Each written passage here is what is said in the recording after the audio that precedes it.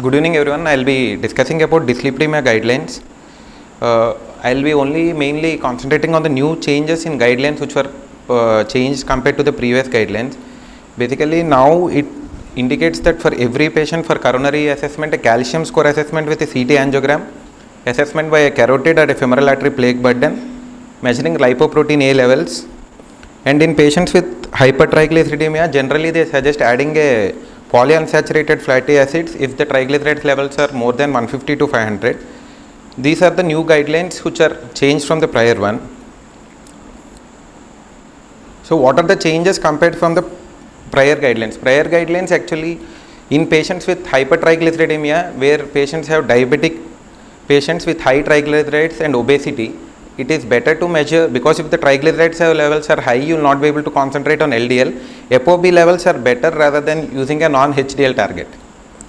And pharmacological lowering of LDL, the new guidelines say if it is on a maximum dose of statins, if the LDL levels are not reached, you add an ezetimibe, and if it doesn't respond to ezetimibe also, the next level of treatment is adding a PCSK9 inhibitor, which I have already told you. And in patients with hypertriglyceridemia, adding a polyunsaturated fatty acids along with a statin is required if the triglyceride levels are more than 200. And in patients with heterozygous familial hypercholesterolemia, the LDL target levels are changed, like now the LDL target level is less than 55 compared to 70 which was prior. And in older patients also, and in patients with renal dysfunction, it is preferable to start with a lower dose of statin then increase the level of statins. And once you start a patient on lipid lowering therapy, the LDL levels or the lipid profile should be repeated after 4 to 6 weeks, and if this doesn't show improvement, the target level changes for each group, very high risk, moderate and intermediate risk. Based on that, you add an ezetimibe as well as a PCSK9 inhibitor. It says that you start treatment very aggressively from the initial phase itself rather than waiting for a period of 3 to 6 months. Recommendations for cardiovascular, so you identify the categories as very high risk category. Very high risk is patients who have documented atherosclerotic cardiovascular disease, or diabetic patients who have end organ damage, CKD patients where the EF is less than 30, or the 10-year score is more than 10%. And in high risk categories are the patients who have some risk factors where the triglyceride levels are greater than 300, or LDL is greater than 190, or blood pressure is greater than 180 by 110. Or diabetes without target organ damage, familial hypercholesterolemia without other major risk factors, and moderate CKD where the EF is between 30 to 60. The other groups are moderate risk and low risk. You treat the patients based on only these 4 categories, and statins and all the target levels are based on only these 4 categories. As I already said, CT coronary angiogram as well as seeing the plaque burden in carotid as well as femoral should be a regular assessment in patients for assessing the cardiac risk. So what are the levels of LDL levels which are generally targeted? So there are various levels of treatment, like the treatment cardiovascular goals. First one is lifestyle modifications, includes preventing smoking. Next one is diet. Diet includes indicating whole grain products as well as vegetables and fruits and fish. Mediterranean diet has not shown great benefit compared to other things. And physical activity, it indicates that it is 3.5 to 7 hours, and it specifically says it is moderate to vigorous physical activity.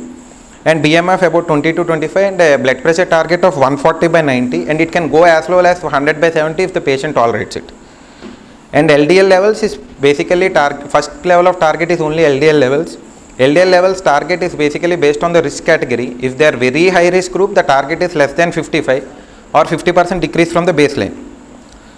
And other targets of, if the patient is having a high risk category, the target is less than 70, and for moderate risk it is less than 100, and for low risk category the target is less than 116.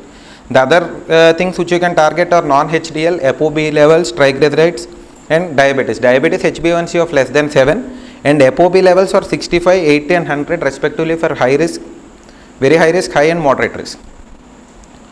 And in secondary prevention, is patient who has already a documented atherosclerotic cardiovascular disease, the target is always less than 55 or 50% decrease from the baseline.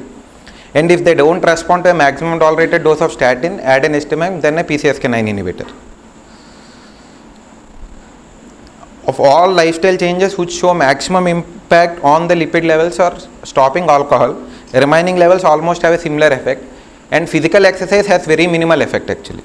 It has only an effect of +1, remaining alcohol has an effect of +3, and all the other things of dietary changes, weight loss and all has an effect. And in patients who are on statins, if they develop muscular pain or treatment, it is divided into 3 categories. If the CK levels are less than 4 times the upper limit of normal, or less than 4 times the upper limit of normal, or rhabdomyolysis. If it is 4 times the upper limit of normal, you stop the statin for 4 to 6 weeks and then start another statin with a low dose. If they don't respond, consider a ezetimibe or a PCSK9. For patients with less than 4 times the upper limit of normal, you can have a washout period of 2 to 4 weeks and start it with a lower dose. If they don't respond to this, add an ezetimibe or a PCSK9 inhibitor. Like what percentage each thing decreases? Like a moderate intensity statin, like a rosuvastatin of 20 mg decreases by only 30%, high intensity by 50%. If you add it with an ezetimibe, it is 65%. PCSK9 inhibitor plus high intensity statin plus an ezetimibe generally decreases the LDL levels by 85%. So these are the targets which I was telling. Like for a very high risk category, the target is 55 LDL levels. For a more high risk category, the target is 70. For moderate risk, the target is 100. And for a low risk, the target is 116. Generally, they say you need to use this image for patients to have a better drug adherence. For patients in the treatment, it should be written as what the drug is being given for hypertension, dyslipidemia, sugars. For heart, it has to be separated and written according to this chart. And in patients with, this is the most important category which is generally missed, like heterozygous familial hypercholesterolemia. It means patients who have developed a coronary artery disease before 55, or females less than 60, or patients who are having premature or fatal non-cardiovascular disease in the relatives, or LDL levels in the target itself is greater than 190 for adults and 150 for children. If you take majority of our patients actually fit into familial hypercholesterolemia, and for these patients, if they have one risk factor, the target will come to less than 55, and if no risk factors also, the LDL target should be 70. And in women, generally if the patient, if they are planning for pregnancy, it is contraindicated to use a statin. And for older age group, generally 65 to 75 years, it is preferable to give. Above 75 years, it varies from patient to patient. And in patients with diabetes and a metabolic syndrome, the target of LDL is 55. With any risk factors, without risk factors, it is 70. And triglyceride level, preferable target is less than 150. In ACS, in all other high risk categories, the target is prior ischemic stroke also has to be treated as a very high risk category. In patients with severe aortic stenosis or patients who are on heart failure, doesn't require statin therapy if there is no other indication for it. And in patients with CKD stage 3 to 5, you can start it as regular patients, but in patients who are already on dialysis, it is preferable to start statins only if there is an indication, otherwise not to start statin, even if started, to start on a low dose of statin. Peripheral arterial disease is same as atherosclerotic. And in patients with immunocompromised disease also, the first line preferred drug is statins only, and the LDL goal should be treated as for any high risk patient. Thank you.